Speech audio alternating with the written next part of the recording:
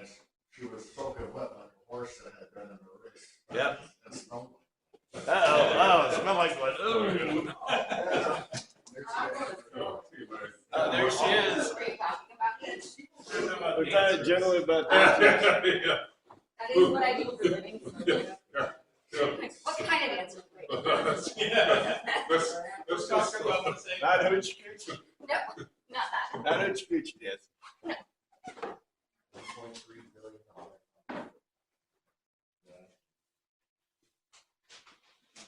Okay, where are we? It's not like the old days. There's Dizzy, before your time, there's a guy called Dizzy D. Dizzy D. And when we were about 15, he went from pitching to in the booth. The only place to throw in critical situations is slider or change them is in the dirt. All right. I think it's time to begin. We are at the resurrection. So this, as I've said it before, we are at the point where John is saying, or the people wanted to know what else, what next. So just remember all the other stuff. I didn't do a parallel to the other Gospels on purpose because I think we need to look at the Gospels. We need to look at each of these documents as separate documents. The problem with looking at the documents of the New Testament, especially as a cohesive whole, is they are, I believe, a good cohesive historical whole. But the problem with doing that is what does the world and what does even the church and what do we view? How do we view these documents? We look at them, oh, I've got my Bible, right?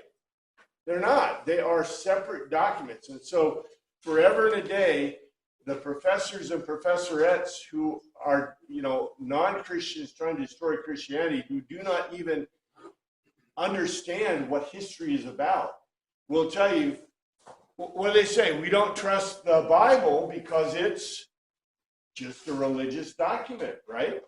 But what I want to influence and make sure you understand is these are not, it's not the Bible, it's each separate document in Greek, ancient documents. Each of them is an individual history, and it just happens to be that we early on brought them together into a single document, right? Matter of fact, when that really happened was Marcus. I think it's Marcus. What was his name? The first guy to do it was a heretic. Do you know that? The first guy to bring the documents together was a heretic. He was an Arian heretic, and the first Christian to bring him, was it Origen? I don't know. I haven't done that. We're a few years beyond the point where I originally give you all that data, right? But if you remember back, Marcus is the first guy to put a group together, and I think it's Origen, one of the founding fathers of Christianity, one of the apostolic fathers said, no. You included Luke, but you didn't include Matthew, Mark, and John. And so he brought Matthew, Mark, and John in because Marcus liked Luke. And so he thought that promoted his views better, or the views of the Arians better than the views of all the other Gospels. So even in the early part, these documents were viewed as each individual document. And so when we look at John, here we are at the empty tomb, and this is what John wanted to tell you that was extra information. Now, we're going to see something very interesting and beautiful in this. It reinforces what I keep telling you about ancient documents. But here's what the NIV says. Early on the first day of the week, while it's still dark, Mary Magdalene went to the tomb and saw the stone had been removed from the entrance. That is not exactly what it says. First day of the week, cometh Mary Magdalene early when it was yet dark into the sepulchre, and seeth the stone taken away from the sepulchre. Okay. But to one of the Shabbatin. It's not the first day. It's the Sabbath. It's the seventh day of the week.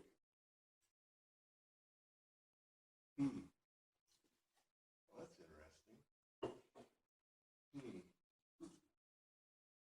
interesting.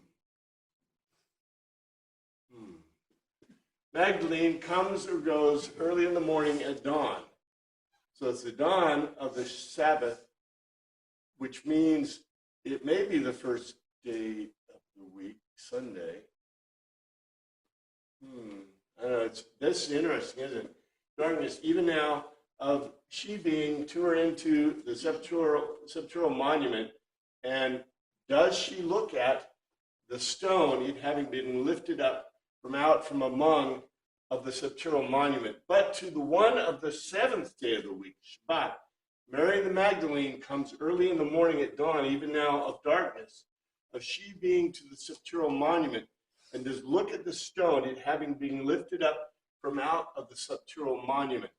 The timing would be the first or the end of the Shabbat, at the end.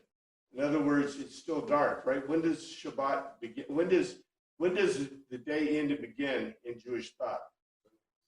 Yeah, sunrise, the beginning of the day, and it's when you can see a white thread, and so it's before you can see a white thread, so it's still Shabbat. I think it's sundown to sundown Saturday. Sundown Friday to sundown Saturday. So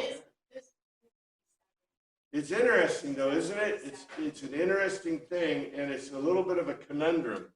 But I don't know. This is what it says literally in the Greek. But if it is Shabbat, her actions aren't legal according to Torah, right? Because you're not supposed to travel on Shabbat, and she traveled quite a way. Plus, she's going to a tomb, and in the other Gospels, she's carrying stuff, which you're carrying stuff on Shabbat, that's not legal, if it is Shabbat. So this is just really interesting. Now, we celebrate on Sunday, that's the resurrection. So this is just an interesting thing, right? Or is this in reflection to the Passover? Because the Passover is Friday to Saturday, right? Sundown to sunrise, or sundown to sundown. Well, I just Googled some stuff, and they just said Sunday for some people. Saturday evening begins the Sunday for some people. I've been looking at Torah and looking at the stuff. But anyway, I don't think look, it's not meant to necessarily be confusing. It is written for Greeks and Romans. And the Romans and Greeks aren't like totally immersed into Shabbat. So I suspect that what happened is the rabbi, right, would do what when this came up? Well, they just say that under the system, the first day of the week begins when the sun goes down on Saturday. I think that the rabbi would be here and explaining it to them, right? We need our rabbi. Where's our rabbi, right? We need our rabbi.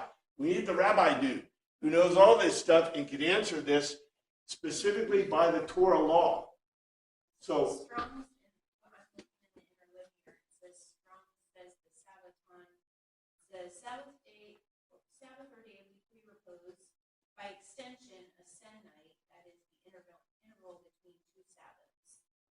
So maybe it's something that had sort of a double, also the meaning of the week. I think it's interesting because it does specifically say the Shabbat. Anyway, I don't think that's a negative. I don't think it makes any real thing, but it's, like I said, this is really meant for Greeks and Romans as opposed to Hebrews. So if you go look back at the Gospels themselves, I think it's the other Gospels, I think it's a little, since those are written, I believe, for the Hebrews, right? It kind of fits more within that sense. But remember, we have this Essene tone going on too. The Essenes follow the same Shabbat laws except remember the Passover, right? They put the Passover where it should have been in the Torah. And so the Passover was not on Shabbat, it was on Thursday by the Torah calendar. Anyway, I just think it's interesting because it puts, if it is Shabbat, her actions are, she's contrary specifically contrary to the law, which, by the way, we know hasn't changed. The law is the law, right? But yet the laws of uncleanliness, the laws of some of these things, they're under the Mosaic covenant. I'm not going to go into a great deal about this, but we're under Noahic covenant, right? We're not under Mosaic covenant. We're under Noahic covenant because we are not Jewish. So that would really pertain to the Greeks and the Romans who were interested in that answer. And also this was after the very famous Jerusalem Council where they said, what must the Gentiles do to be saved? And the answer was to follow the Noahic covenant, which I think is very interesting. Anyway, so we're going to see some other stuff that's really interesting information that isn't clearly in our translations. So she came running to Simon Peter and the other disciple, the one Jesus loved, and said, they have taken the Lord out of the tomb, and we don't know where they have put him. Okay, this is really beautiful. Here's the King James. Then she runneth and cometh to Simon Peter and the other disciple whom Jesus loved, and said to them, they have taken away the Lord out of the sepulchre, and we know not where they have laid him. She runs. I love this, the Greek. She didn't run like normal. She runs like an athlete competing in the ancient Greek games. You know, when we get the idea of her running, it's like, she's running like a girl. No, this woman is running. She is like totally sprinting, right? And how far? It's outside the city. She has to go into the city. Can you imagine the Roman guards? Hey, my God! You know, I mean, I think this is a beautiful picture.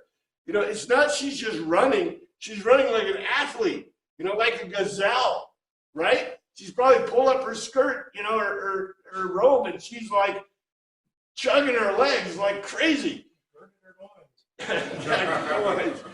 And comes or goes forward to Simon Peter and forward to the other of the same kind of another type, a learned disciple whom had loved as a shield warrior. This is interesting, right? Philia had loved as a shield warrior, not agape. The Jesus, and she makes a logical argument to them. They lifted up the supreme in authority from out of among of the Mimnum, the sepulchral monument, and know or not, we see with physical eyes at what locality they placed him. Accordingly, she runs and comes forward to Simon Peter and forward to another of the same kind, a learner, whom Jesus had loved as a shield warrior, and she makes a logical argument to them. They raised up the supreme in authority from out of the sepulchral monument, and we see not with physical eyes at what locality they placed him. What do you see in this? It's in all three. It's in the translations. It's in this translation. It's in the Greek, and it's in the other two. What really strikes you in this statement that she makes?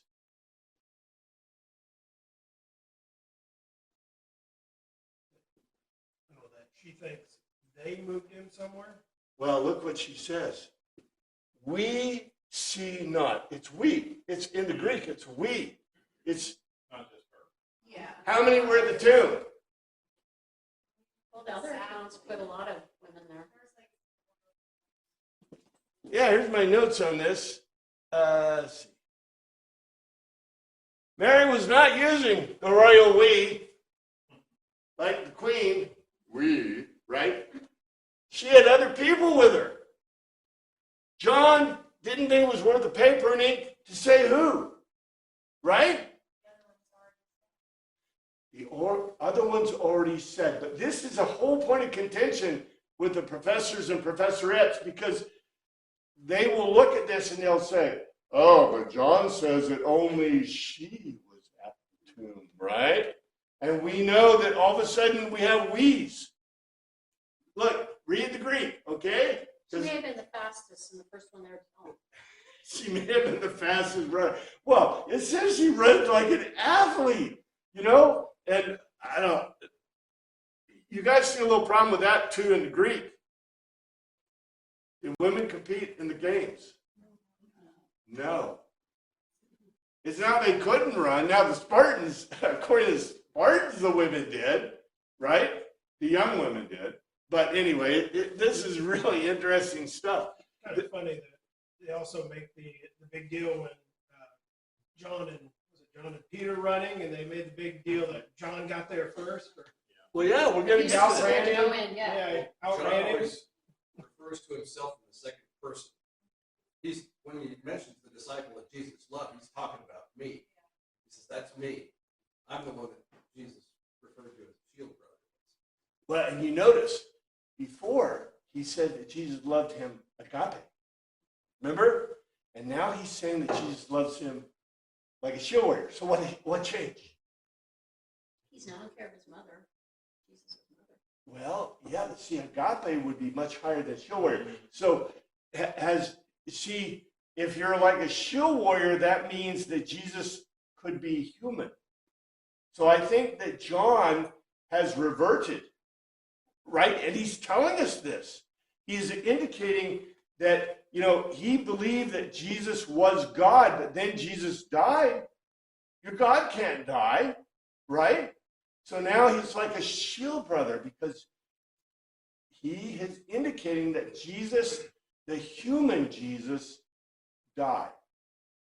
Well, the God Jesus died too, but gods can't die. God can't die, right?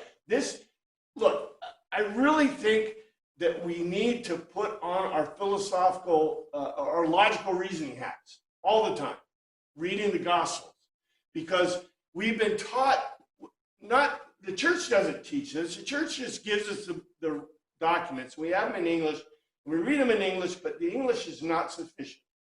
And the big deal is that all those people that are supposed to know the Greek and are supposed to know it are supposed to tell us these things, right? To tell us that we see John calling himself the disciple that Jesus agape'd, and then all of a sudden, after the death of Jesus, it's the disciple Jesus loved like a shield warrior. This is really, really, really important because what's going to happen in 21? But we get any more, and I just mentioned the fact that if this is Shabbat, Peter and the other disciple are also breaking Shabbat, which is cool. Okay, and it says, here's our thing, NIV. So Peter and the other disciples started for the tomb. And therefore Peter went forth, and the other disciple, and came to the sepulchre. Now, let's see what it says in the Greek. He came and went out, certainly accordingly, the Petros, and the other, the same kind, of the same type, the Methodist learner, and they came or went to or into the sepulchral monument. Now, were they running? I think it's really cool that, okay, look, I love these women. We keep saying that all this patriarchal junk. It's like, you ain't talking patriarchal stuff when the first ones at the tomb are women, and Mary Magdalene is running like an athlete. And then you get the disciples and Peter and John, and they're like, yeah, we're going to go. We're going to check it out, right? The other Gospels give us an indication, but they don't use this word, that they're running like an athlete. Anyway, accordingly, Peter went out, and the other of the same kind of disciple, and they came to the sepulchral monument.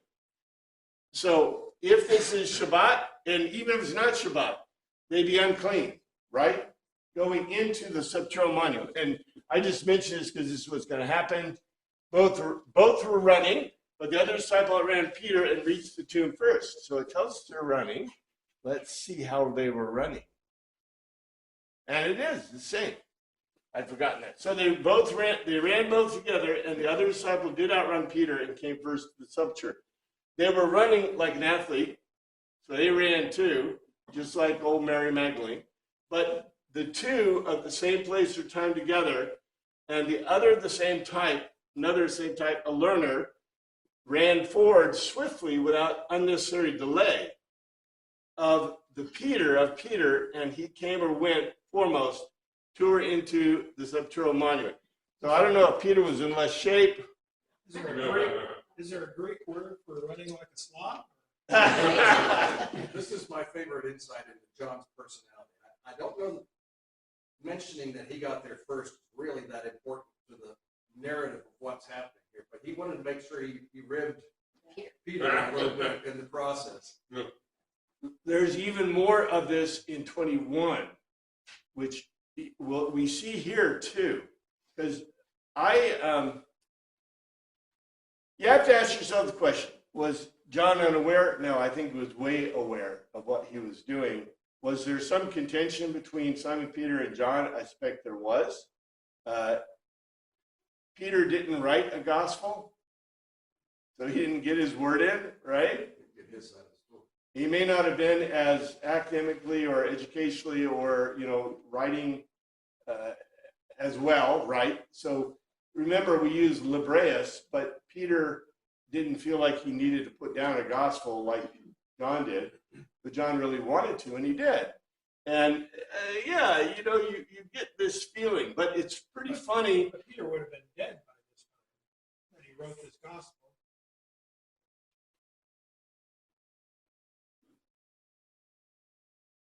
But yet, I think, look, I like what Pastor Sean was talking about today. We think of, and I was thinking the whole time, we think about saints, right? And we know we're not saints in the sense of what we would usually consider sainthood. But neither were the disciples, for goodness sake, right? We think of them as, oh, they're the saints. But yet we see John. John's got some faults, doesn't he? We also see Simon Peter has some faults. And we find out later, we're not going to study it here, but in Luke or in Acts, we find Simon Peter's real faults, right?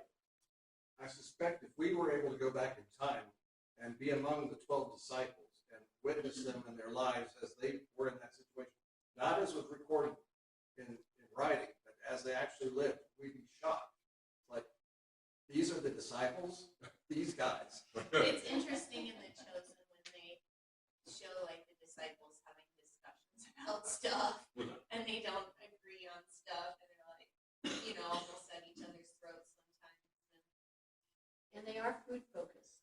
And they are food focused. In The Chosen. I mean, it's just like, Well, they're starvation culture. You'd be food focused too. It's like, I personally think they don't do enough food focus because they ought to show the sacrifice, right?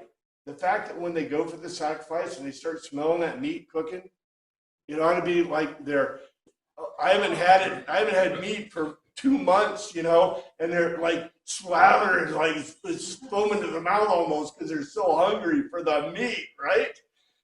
Certainly ate a lot of apples.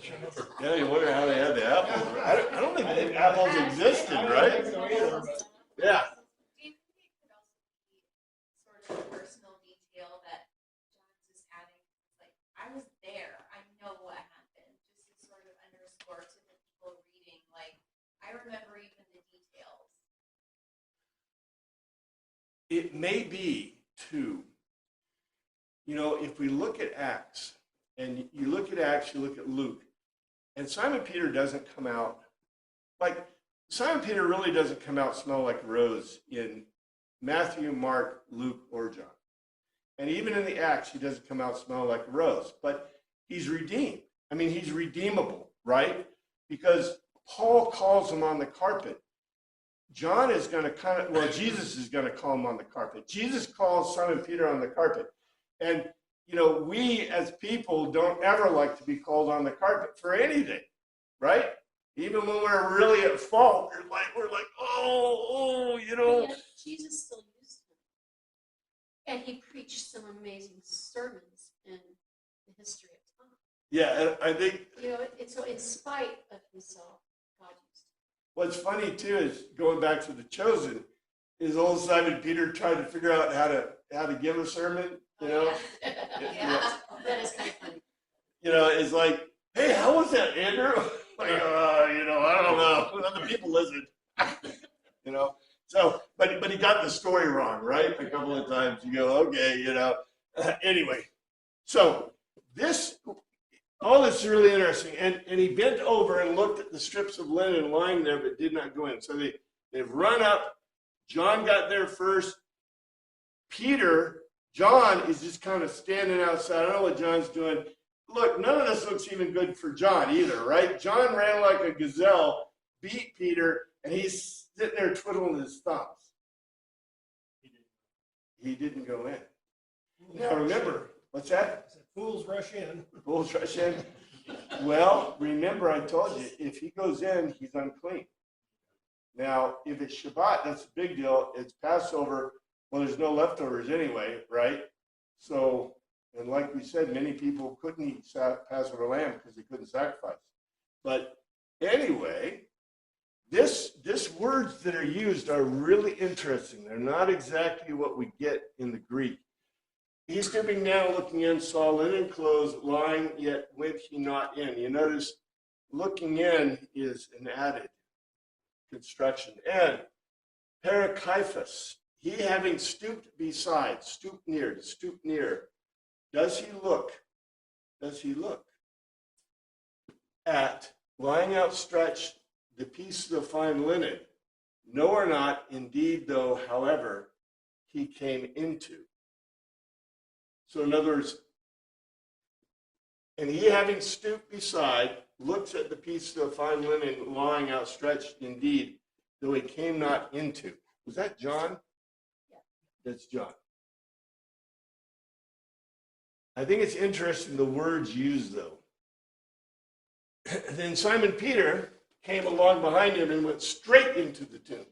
He saw the strips. So John comes in, stoops near, sees stuff, doesn't go in, but Peter goes in immediately and then looks, which is also interesting. You know, when you put all the, the cultural norms or the cultural ideas together with the actions, to me, I don't know, it's what we expect and what we don't expect, right? I think. So anyway, then cometh Simon Peter following him and went into the sepulchre and seeth the linen clothes lie. Comes or goes, certainly accordingly, and Simon Peter, the rock, he going the same way to him, and he came into the memnon of the sepulchral monument, and he gazes on the piece of fine linen lying outstretched.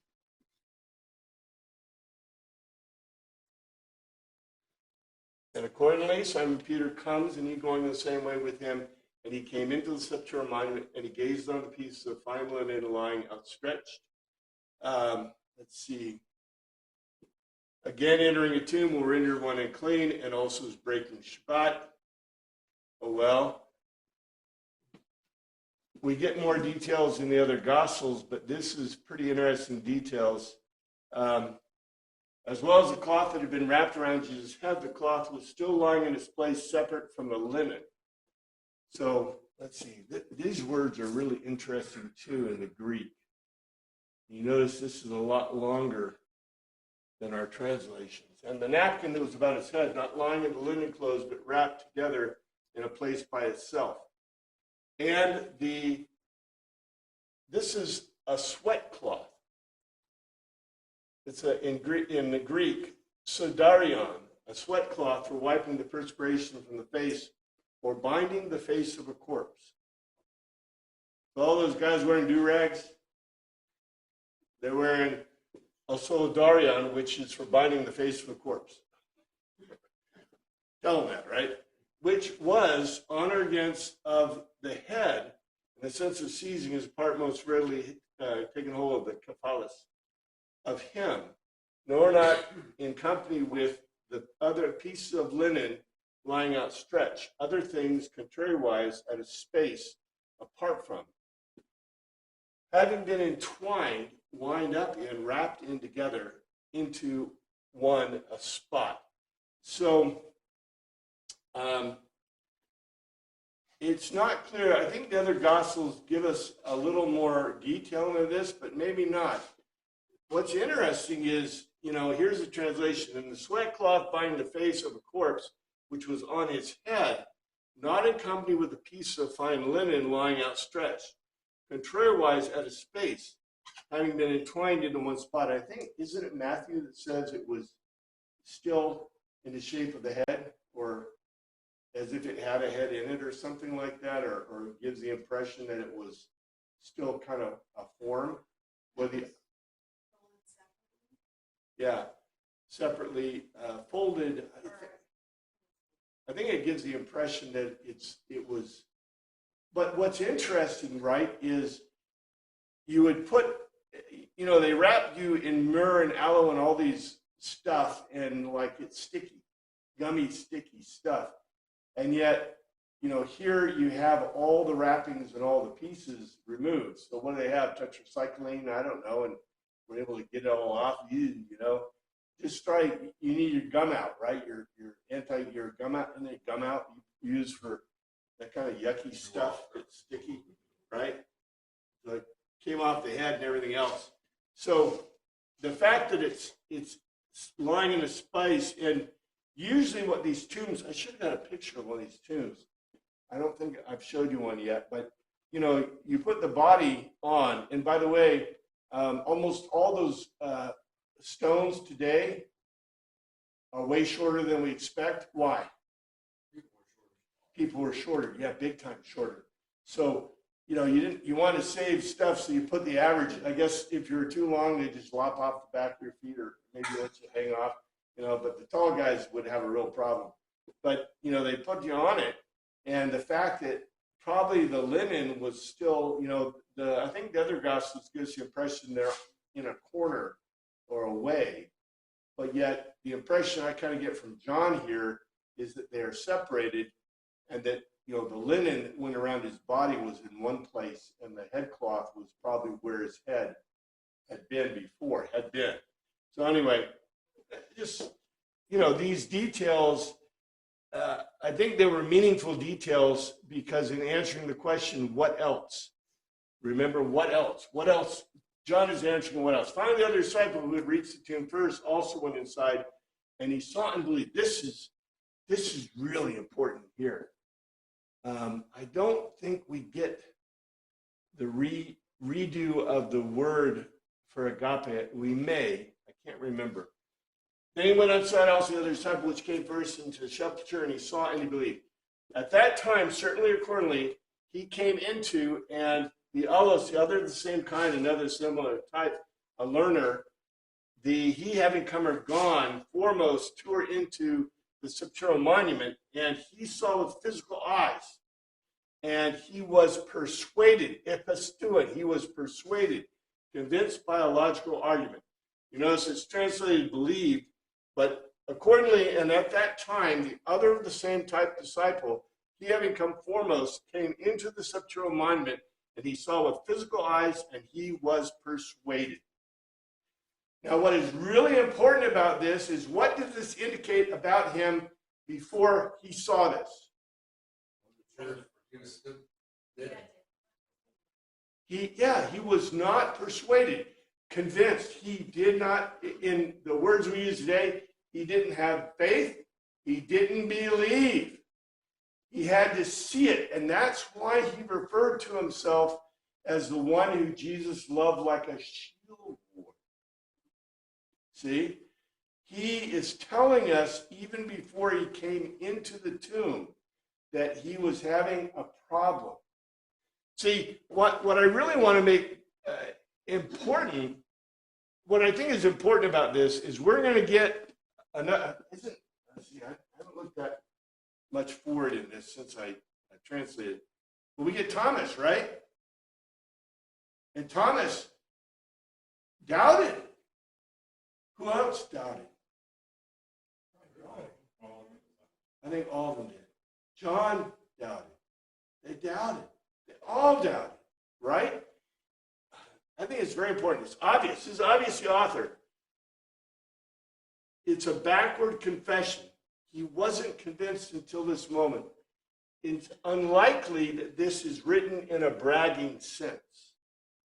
He's not bragging about it. Writers in the ancient world sometimes seem overly selfish in our understanding, but it's simply a reflection of the Greek logic. In the sense of the Greek reasoning, the author John can speak for no other person. He can only speak for himself. They can't tell about anyone else's thoughts, reasoning, or opinions, only those they have heard. It's indeed a confession and a reasoned and logical one, but one might ask, what took you so long, right? We have, 5 dialogues by Jesus before we get here? And each of the dialogues, Jesus is telling them over and over and over again, right? And in the other gospel, which I really think is important to note, Jesus was not asking God to take away the cup that he was going to have to face. Jesus was really worried that the disciples would not continue to follow, that they would not be convinced enough. That was the problem. And he thought that when he died, and we say, okay, he knew the future, right? But yet he still feared. You know why? Because God knows the future, but remember, he has 3 wills. He has what he really wants to happen, but does that happen? God doesn't get what he wants because we have free will. We get what we want because God has given us free will, which is really bad for us, but we don't realize that. God has his will that is what he desires to happen, but even if it won't, it's still, and when it happens, he rejoices. And for every one of us, there is God's will, and we many times don't follow it. Like I keep saying all the time, you could be the next, someone could be the next Billy Graham. Not necessarily you, but someone could be the next Billy Graham. But if they don't take up the cross, if they don't take up that work, it won't be another Billy Graham, And likewise, there is the other will, the will that is what happens. And God knows what is going to happen in the future, but he's really sad. The reason he's sad is because his will is never going to be accomplished the way he wants it in humanity. People are lost. Demons are lost. God wants everyone to be saved and to be with him. That's why he created us, right? To be with him. So, people say God's got the whole world in his hands, and he does, but guess who else has the world in his hands? Satan and us, yeah. I think it's kind of a testament to human nature that we will go along with what somebody says, but we may not fully accept that it's true until we're at the precipice of where we don't have a choice anymore. You got to be pushed to that point. And this was when he died. Then they saw, oh my gosh, I didn't think that was actually going to happen. He said it was going to happen, but I didn't think it was going to. And now it has. And now I've come to the tomb, and it's empty, and it's like, could it be true that he said he was going to be raised? Now I'm starting to see evidence that, yeah, this is happening. Yeah. And now I'm convinced. So. Yes, sir. That's kind of ironic. So Mary went and saw the empty tomb, and she said, well, they've taken him away. That was her thought. But John sees the empty tomb, and he's persuaded. Why didn't he think the same thought that they've taken him away? I think, again, in The Chosen, I'm watching the last season right now, and it's interesting because the disciples have different levels of understanding. Some of them, like John, that's portrayed in The Chosen, it's starting to click a little bit, and the others are, and they have this whole conversation about, what does he really mean? And some are like, we have to take it literally, and others are like, but he also said these things figuratively, or like Judas thought maybe if he pushed Jesus, this to happen to Jesus, then he would reveal his glory and come out as the Messiah or whatever. So they all had different ideas. They didn't all think the same thing. Yeah. And which is, look, I'm totally in favor of all kinds of denominations, because if you have all kinds of denominations, who do you attract? People attracted to those denominations and ideas. As long as you believe in Jesus Christ, the Son of God, right, that he died. I mean, you don't believe, there's no belief in the fact that Jesus lived, died, and was resurrected. Those are historical facts. what you believe in is that Jesus meant what he said about being God and about being able to save the world. That's what belief or being convinced. If you're convinced that Jesus can do this, that's cool. You're not convinced that he lived, he died, and he resurrected. Those are facts. That's where the Greeks and the Romans, I think the Greeks more than anybody, but the Greeks and Romans understood this. They saw Jesus alive, they saw Jesus die, and they saw Jesus resurrected.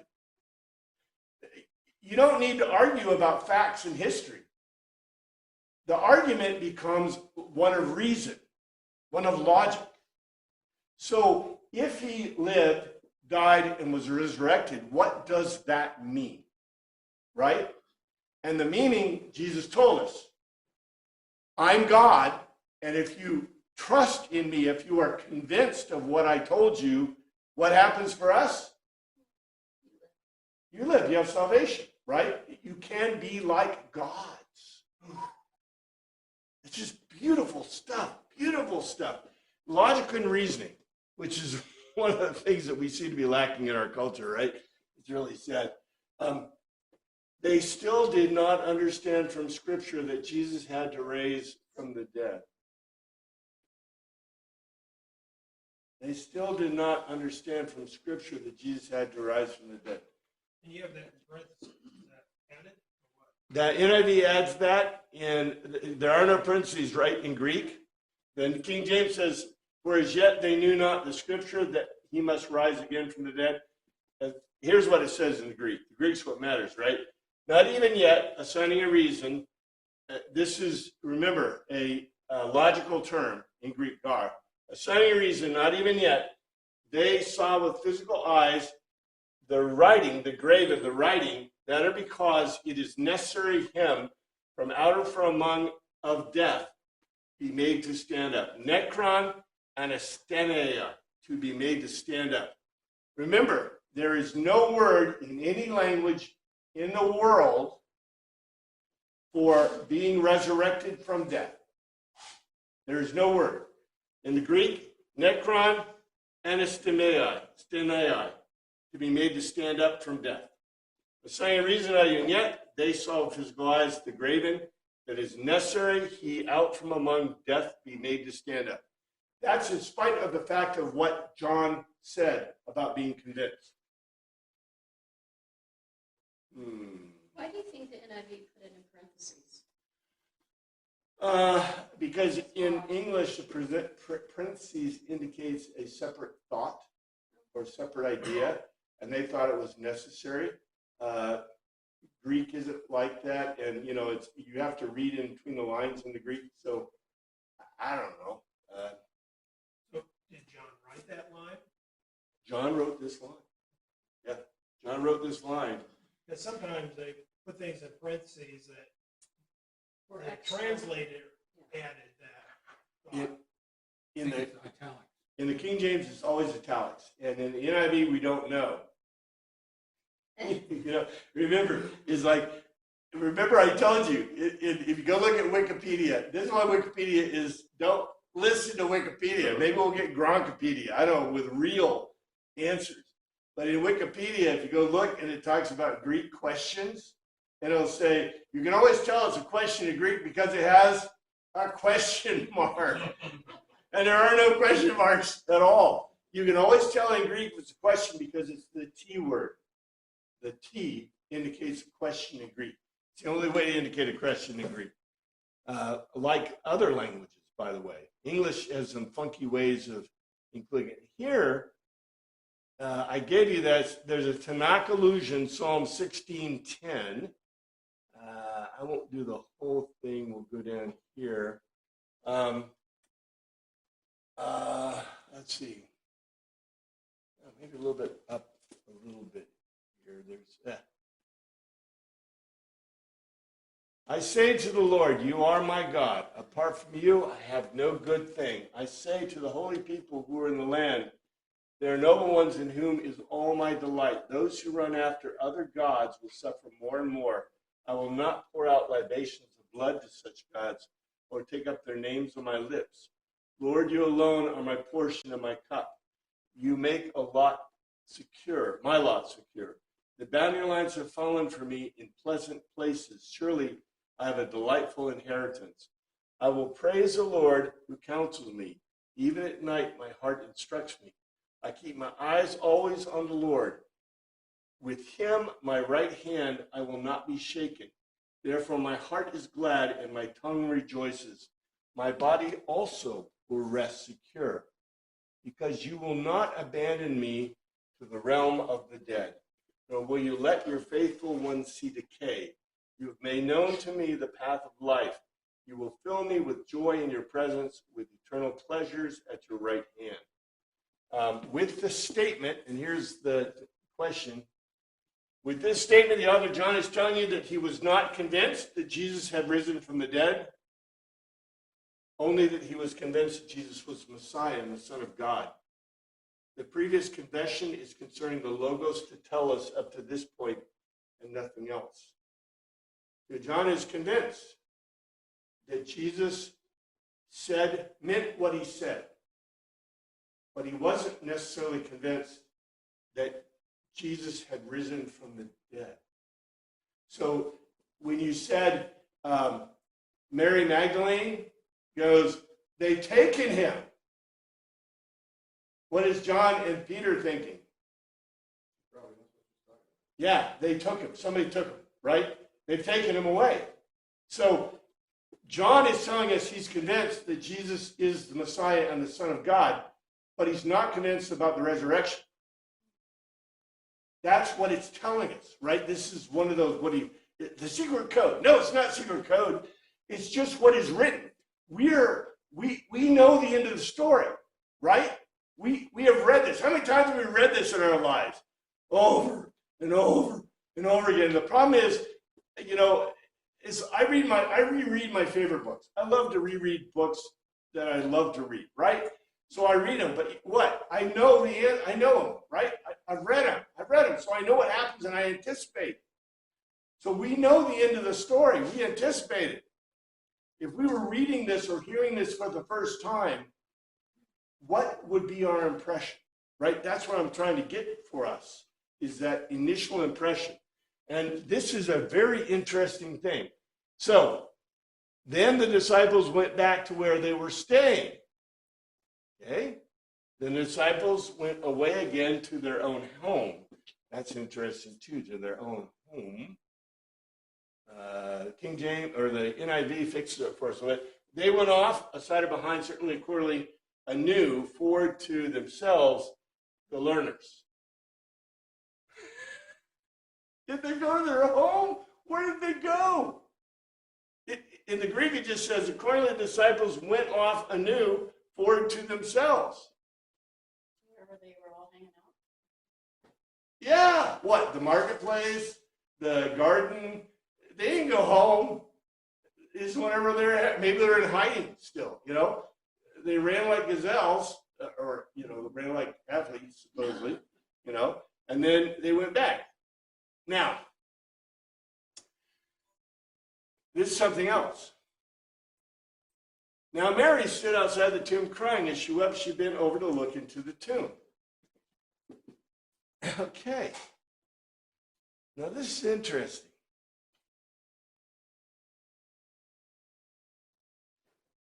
But Mary stood without the sepulchre, weeping, and as she wept, she stooped down and looked into the sepulchre.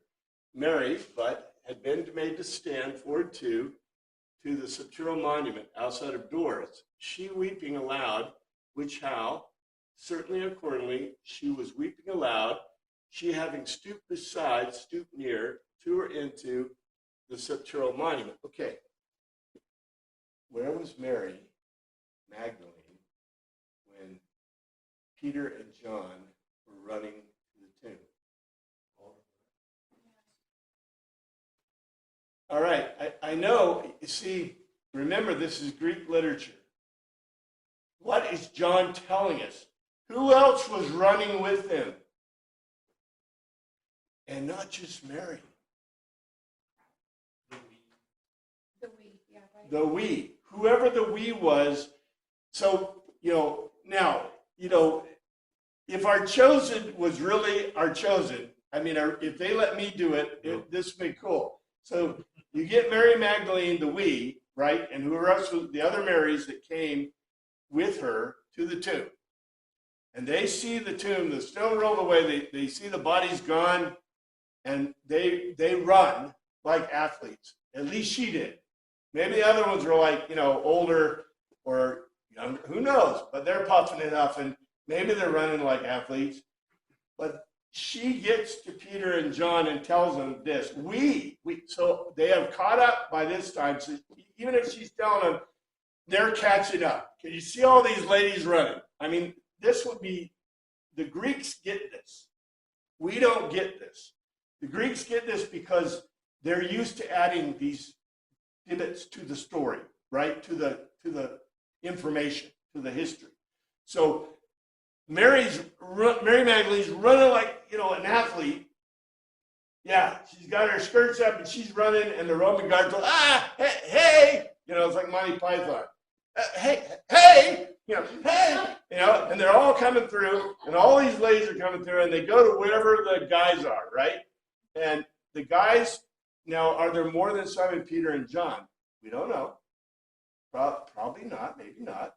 But they go to John and Peter and tell them, and Peter and John are like, okay. So they go running back, and guess what? The ladies, can you see the last one in line? The guys are running this way, and Mary Magdalene's following them. And so the last lady's like, oh, and they turn around, and now they're chasing them, right? So they're all running back to the tomb. And we have Mary, who's standing there beside it after John and Peter. They haven't talked to him. They're like, okay, can you see this? What does this mean? What does this mean? They're going to have a Lutheran Bible study, right? What do you think this means? Or what is it? I'm like, okay, no, it doesn't matter what you think. It matters what really happened. But this is what they're thinking. What does this mean? And so Mary's there, and here's the translation. It's not that big a difference. But anyway, what's interesting is, but Mary had been made to stand forward to the throne. The word that's used had been made to stand. In other words, she did not.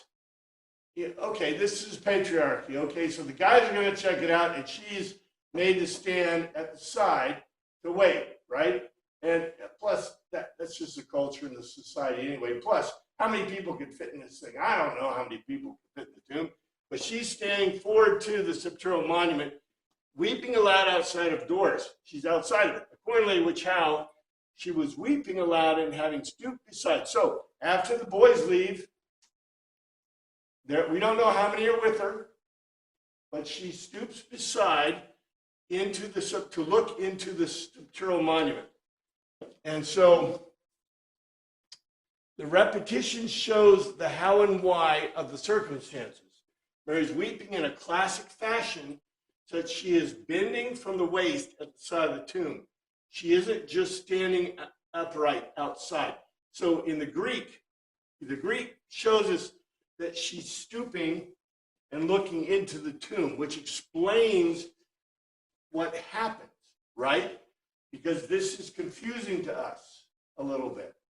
So, and saw two angels in white seated where Jesus' body had been, one at the head and the other at the foot. Boy, you think John and Peter kicked themselves because they missed this part? I mean, this is like the coolest part ever, right? And see if two angels in white sitting, one at the head and the other at the feet, where his body of Jesus had lain. Let's see, what does it say in the next one? Anyway, and she gazes on two angelos, messengers or delegates, in dazzling white, they sitting down, one forward to the kephala, the head, and one forward to the posts and the feet. Whatever where it had been laid out stretched, the soma, the physical body of Jesus, the soma. And she gazes on two messengers in dazzling white, sitting down, one forward to the head and one forward to the feet, whatever where had been laid outstretched the physical body of Jesus. Remember, angelos doesn't necessarily connote a angel, but if you look at how it's described, this is obviously okay. If you get some guy coming at you and he's wearing royal robes, he's a delegate from probably the king or duke or whatever, baron, I don't know who they got there, or the pilot or whatever, right? But if you get some guy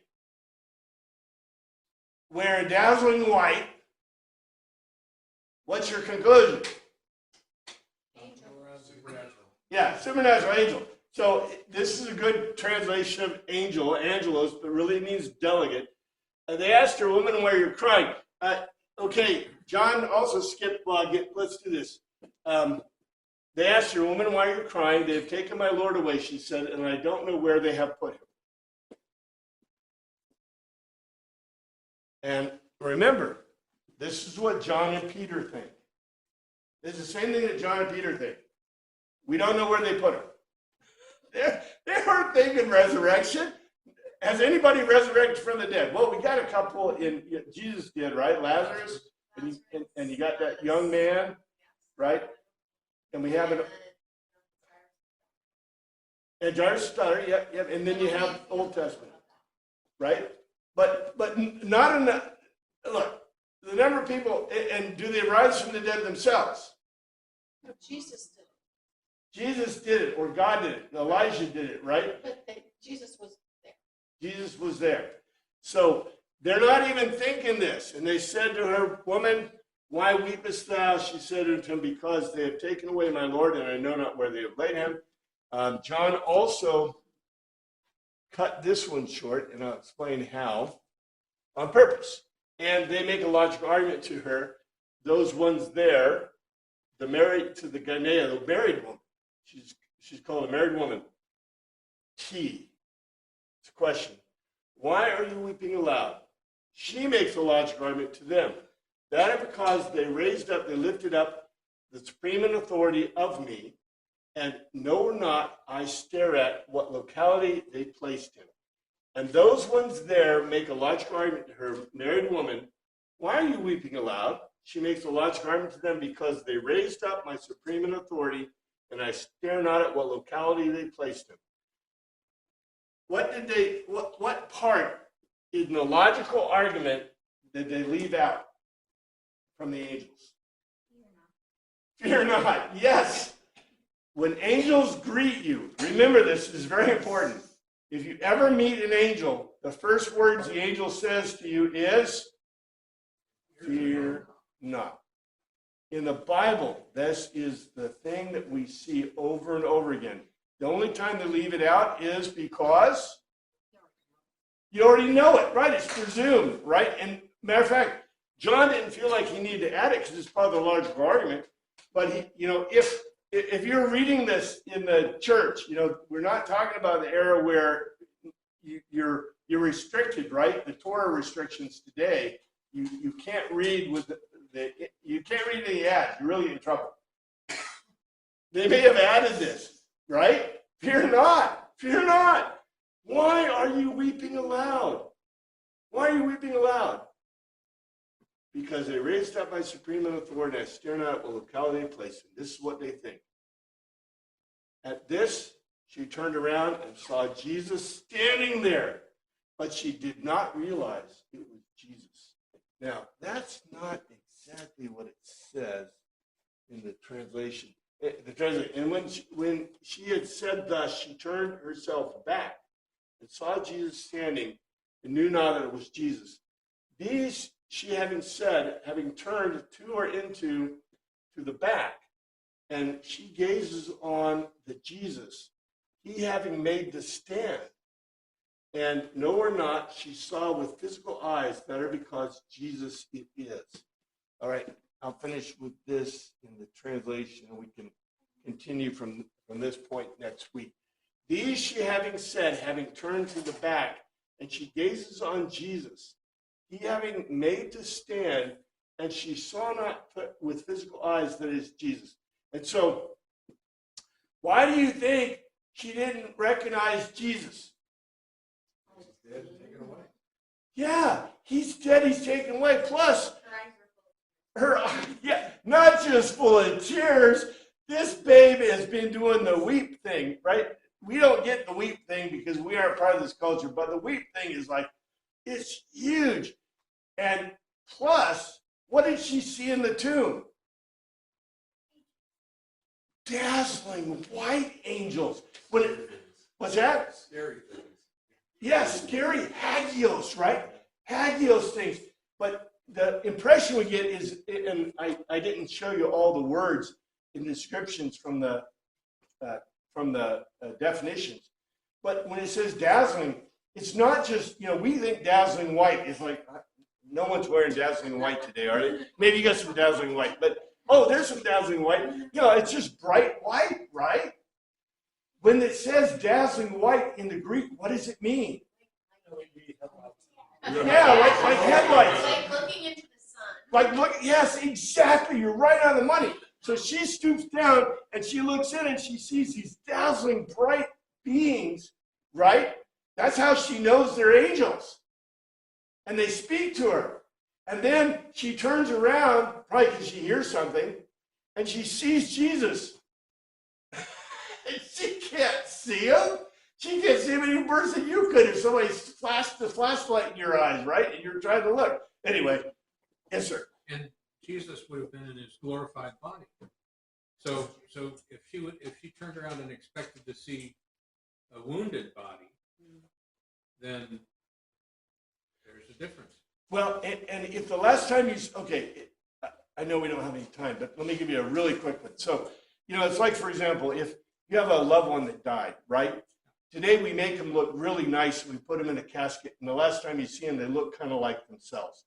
But if you were to see them on their deathbed, most people are pretty emaciated. They don't even look like what you remember them to look like.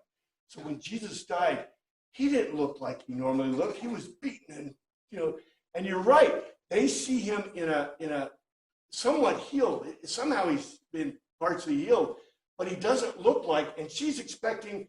Is she expecting somebody to walk from the dead? It's impossible. So we'll continue from there next week. But I think this is so beautiful. Thank you, Father, for your word. I pray you look at us this week. In your name we pray.